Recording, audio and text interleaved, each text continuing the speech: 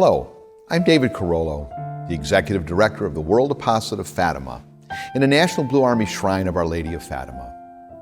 In this 100th anniversary year of the Fatima apparitions, I'd like to introduce you to the story of Fatima and how these dramatic events of 1917 impacted 20th century history and remain for us today an urgent call from heaven.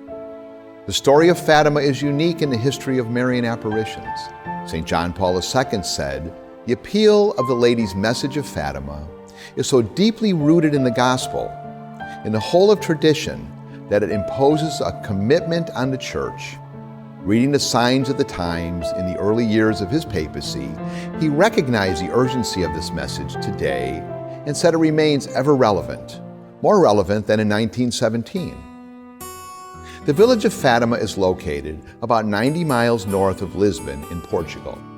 It takes its name from an 8th century Muslim princess, Fatima, named after the daughter of Muhammad.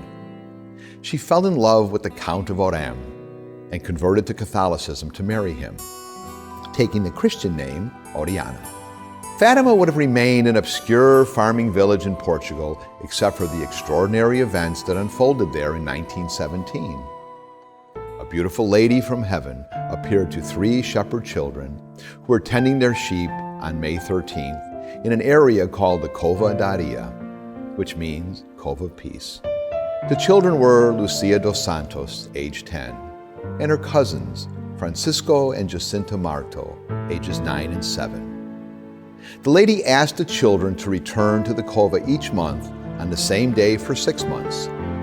During her apparitions, she appealed ardently for prayers and penance for the conversion of sinners and the daily rosary for peace in the world. She confirmed the existence of heaven, hell, and purgatory, and said many souls are lost because they have no one to pray for them. She told the children that World War I would end and answered prayer for Pope Benedict XV. But a worse war would break out, followed by famine, persecution, and destruction of nations if the requests were not honored. All of this devastation would stem from Russia, a country that was unfamiliar to the children, but that was about to undergo a revolution that would change its course for generations. The children, being so young and sheltered from the world, could not possibly understand the depth of these messages, but her gentle yet stern words were supernaturally impressed upon their memory.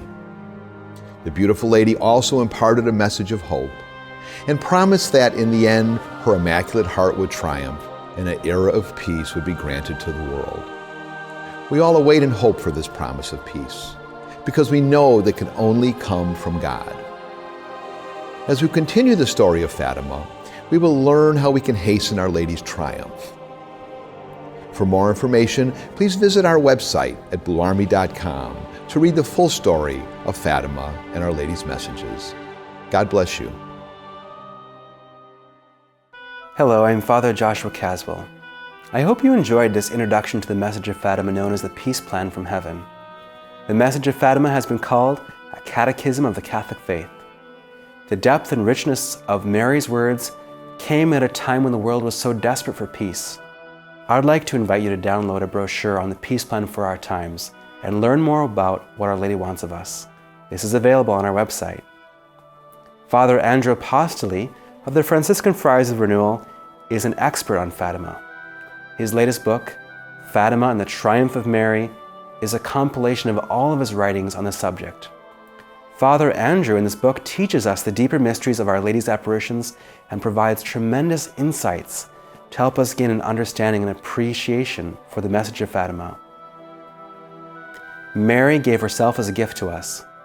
Let's give ourselves as a gift to her and follow Mary's requests. The more people who live Our Lady's plan, the more we'll be an absolutely powerful force in the world. Mary never leads us astray. God bless you.